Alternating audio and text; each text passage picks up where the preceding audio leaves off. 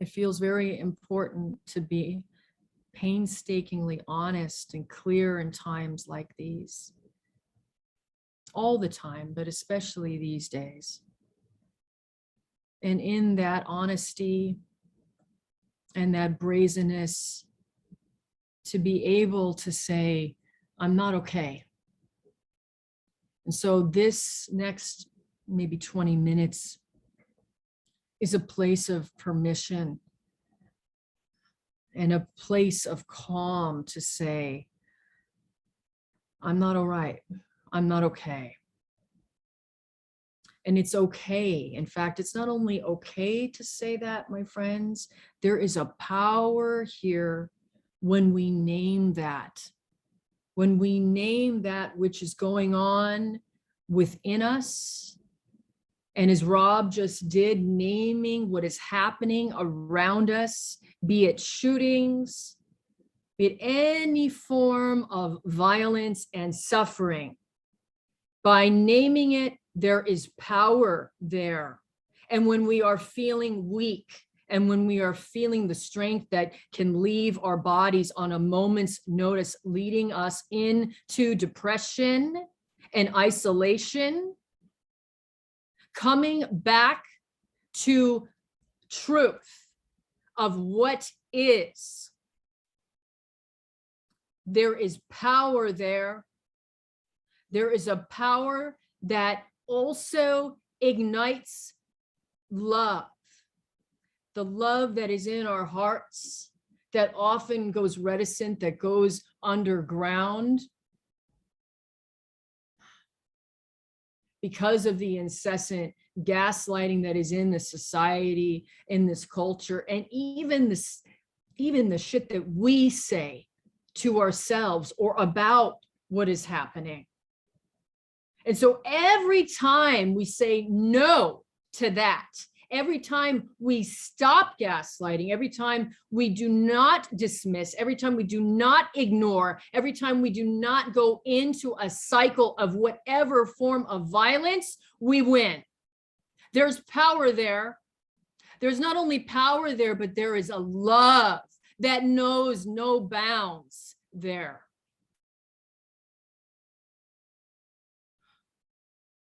This is what we need right now. Yes, I am talking about over 300 mass shootings since January in this country alone. I'm talking about 53 migrant workers abandoned in a trailer in San Antonio, Texas, gone, lives taken. I'm talking about Black and brown folks' lives being stolen by the police. I'm talking about war and the ways we legitimize war. I'm talking about capitalism. I'm talking about, as Rob was saying, ableism, all of these different forms of violence. It's okay to not be okay. It's okay to say, I'm not okay with this. It's okay to also not be okay with the way your life might be going right now, my friends, my loved ones. It's okay if your physical health isn't good, if your emotional health isn't good, if your mental health isn't good, if your spiritual health isn't where it needs to be. It's okay to say, I'm not okay, because there is power there. There is power. Do you feel it? There is power in the naming. Do you get this? Do you feel this? This is not about being histrionic. This is not about going into a pit, into a self-pity party. This is not about being negative. There is a fine line, albeit, and there is a fine balance, yes, to not going into the doldrums, into a negative sinkhole, or swinging the other way and going, all of this is fine. None of this is happening. The violence isn't going on. The shootings don't impact me, or the pandemic hasn't traumatized me, or whatever it is. Fill it in, fill the blanks in. The swinging that we do from side to side is exhausting alone. It is a spiritual maturity that we can call upon, that is a balance where we recognize, I'm not okay right now.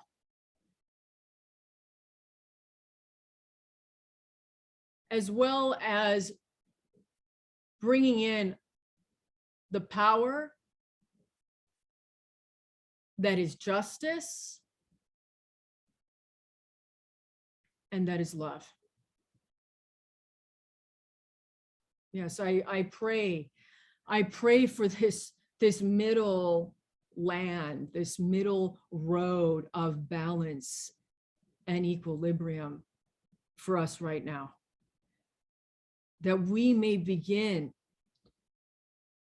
to move in the world in a healthier, compatible, interdependent way with each other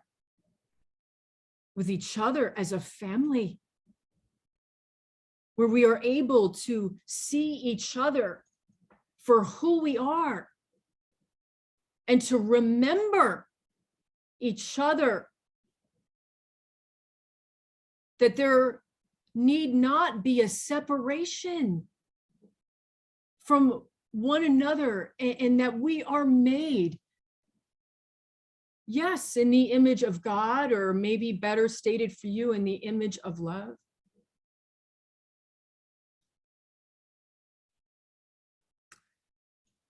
There is a power when we name what is happening behind closed doors, underneath the waterline, behind the curtain, within ourselves. And there is a power by looking around us and saying, this isn't okay, this isn't right, this never was, this isn't how it ought to be. How many times do you hear someone say, well, this is how it's always been? When it comes to maybe their own life, oh, this is my life, I'm miserable. This is how it goes. Or maybe it's about capitalism. Well, this is how the world works. I hear that all the time. So I'm bringing in now both personal examples and then expanding it out to the collective, but all under this umbrella of saying it's okay to say if you are not okay. And in this place of allowance and permission, remembering the power that comes from naming this. Because we all of us have gaslit ourselves to some degree. All of us have. And to be clear and to be sure, there is a certain amount of triage that we need to do to get through this life. And what I mean by that, I hope y'all know what triage means. Something they do in hospital settings. So patients that are dire or more at the threshold will be handled first. Those cases, those patients will be handled first. I think there is a certain amount of triage that we do, that maybe you do in your life, in order for you to survive, in order for you to get by. And so for some of you, that may look like, financial concerns. You can't really think past anything beyond getting food on the table, making money. So it becomes harder to think about and maybe even have grief around Uvalde and the shooting that happened. Was that, Rob, what, a month ago? And then some of you, maybe those needs are met. You have food, you have money coming in, and you have maybe a lot of your needs. I'm kind of skipping ahead. You have a lot of your needs met. And so you do, and this is just some generalizations, I realize. So you do look around at the world and you're thinking, there are so many forms of injustice and I am overwhelmed. What do I do about it? Some of you have been doing a lot about it. I can see John Amadon here. He's made a life committed to imagining and working for a world beyond war. That's just one person. I know others here that are doing that as well. Probably everybody here, actually. But taking this pause back, my friends, taking a step back for a moment, because I also know that a lot of people here are dealing with depression and dealing with, as a result, isolation. And then to really get clear on this right now, disconnection. And see, when we disconnect, this is where it gets really scary for us. It's really scary. I want us to take this seriously tonight. Because if we disconnect, first of all, I'm a theist. I believe in some kind of Godhead. I don't always know what it means. I don't need to have it all figured out. But if we, first of all, disconnect from a Godhead or a supreme being or higher self, and then we begin to disconnect from one another, then we disconnect from ourselves. And I don't see how we're going to win this thing, so to speak. I don't see how we're going to be able to change hearts and minds when we're not okay. So tonight, it's okay to say, I'm not all right. I'm not okay.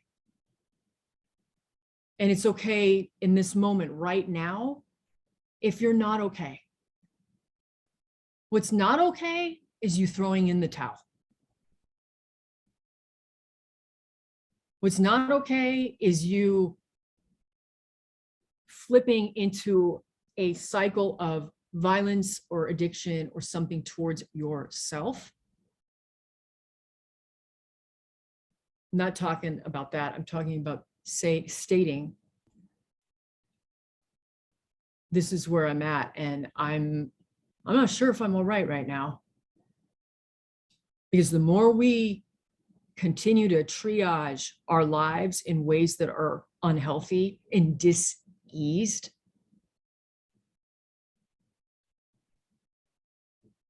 I'm not sure how we're going to keep going here, friends. And I don't know about you. No, I do know. I do know. I take that back. I believe that everybody here, and I do know most of you personally, you have a vision for this world that includes equity and balance and justice, and where communities are not only safe, but thriving, where scarcity is a thing of the past, and instead prosperity is the ocean that we are swimming in. Yeah, this is what we dream of. This is what we envision.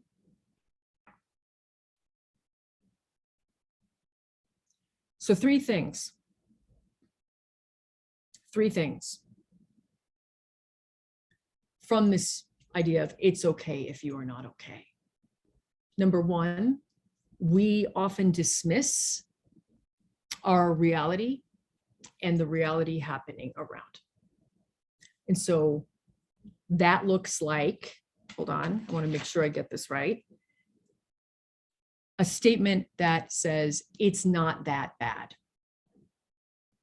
The statement of it's not that bad often comes in, and this is a voice that dismisses your reality or what is happening in this country and this world. So no more dismissing. Number two,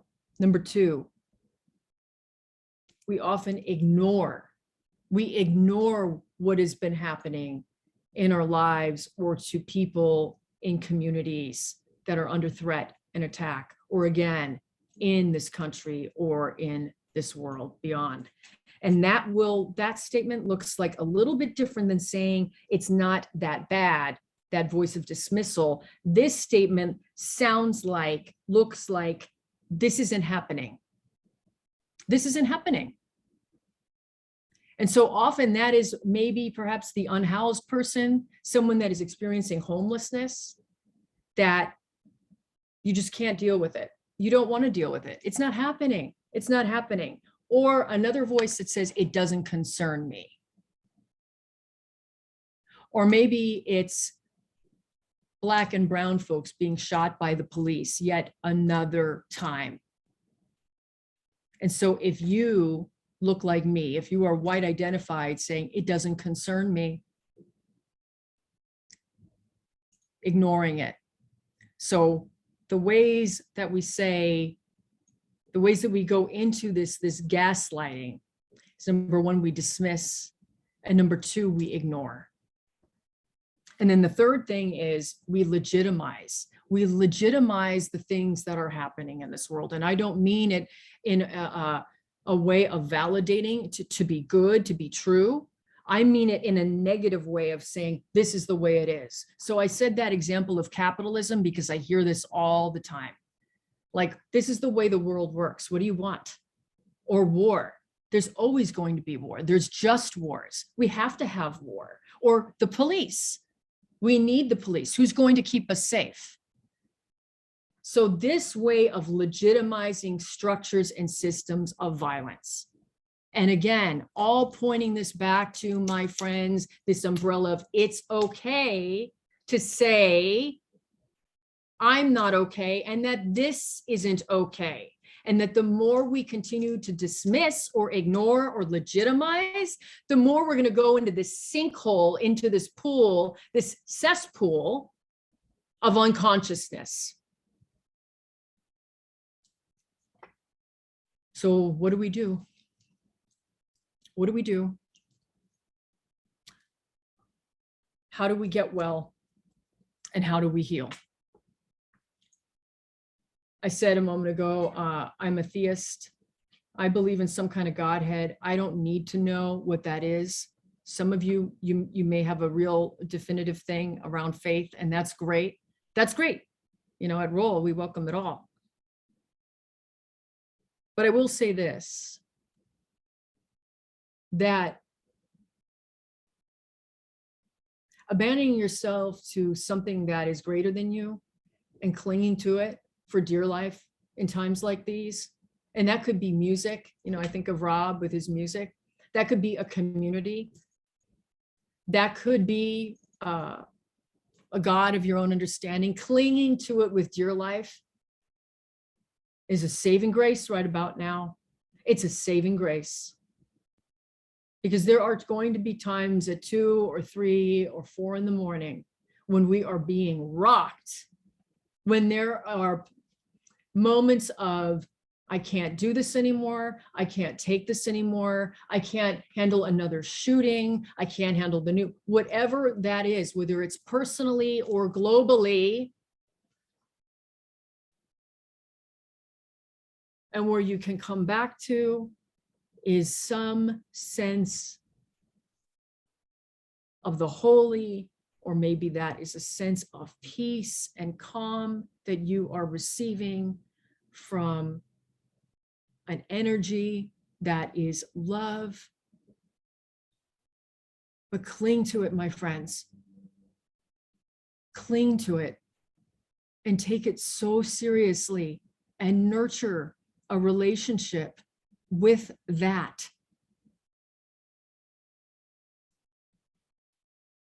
This provides a cushion for all of us of hope. Second thing, to keep it moving, second thing of what we can do and where we can go from here. So that way we're saying it's okay if we're not okay, but get this. To continue your own spiritual balance.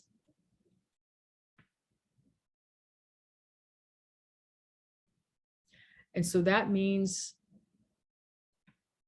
your maintenance. That means maybe talking to a trusted friend or a mentor or a counselor or a teacher. It means talking to people that get you. It means talking to people that are aware. It means having a spiritual practice. And again, really taking this seriously. So the ways of, let's review, saying, okay, this is where I'm at right now. And maybe in this moment, I am not okay, can be reckoned with coming back to God or coming back to spirit or coming back to love and clinging for dear life in the moments that you need to. And then number two, never forgetting your spiritual maintenance. If that looks like being in community, like maybe Roll. I pray that Roll is that community for you.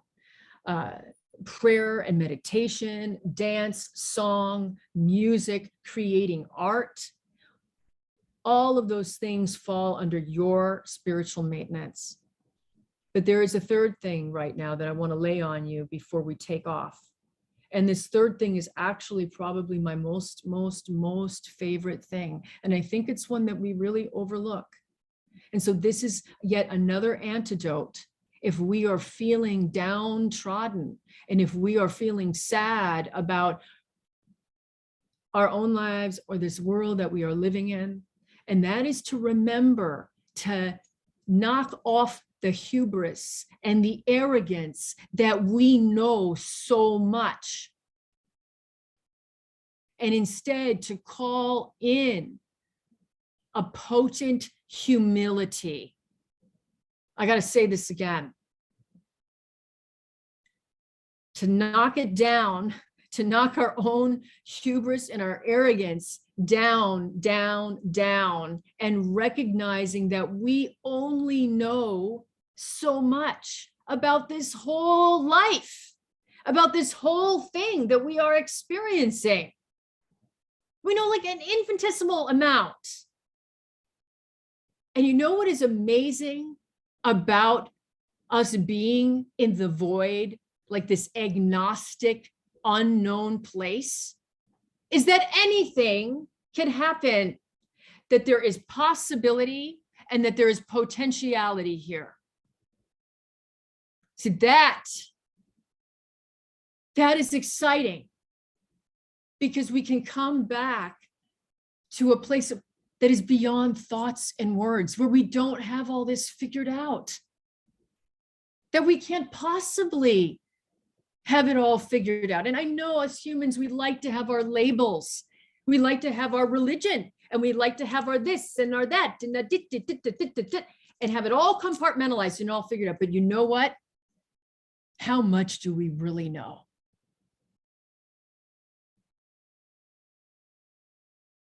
And in this place of the void, of this kind of agnostic, unknown place, we are welcomed back to creation, and we are welcomed back to creating our lives with perhaps God's help, with love's help, in a way that is truly holy. we are welcomed back to creating a world without war. Instead, where peace is flowing like a river. Oh, all of these things, my friends, this void that we can sit in tonight together, this unknown place that scares the shit out of people. Oh, it scares the shit out of people. This is a holy reckoning, because we can get humble and like wide-eyed kids go, oh my God, abolition? Abolition can exist. We can create from this place. Yes, we can, and we must. So it's okay if you're not okay right now. And in fact, it's healthy if you are having a reaction to the violence and the injustice and the dysfunction that is happening in a myriad of ways, maybe in your life, certainly in this country and in the world beyond. So if you are having a reaction, my friends, please take heart and please be welcomed back to love and the power of that love, and be welcomed to back into a spiritual practice of your own making, of your own understanding that works for you. And they're welcome back into a place of unknown possibility and transformation. It is this void that we sit in at Roll, actually week after week, every other week. We get to sit here in our own humility, prayerfully our own joy, and looking at the next steps for the 7 generations to come. This is my prayer for you this night and for all of us. And may we receive it in a way that is truly magical and change-making. And so it is.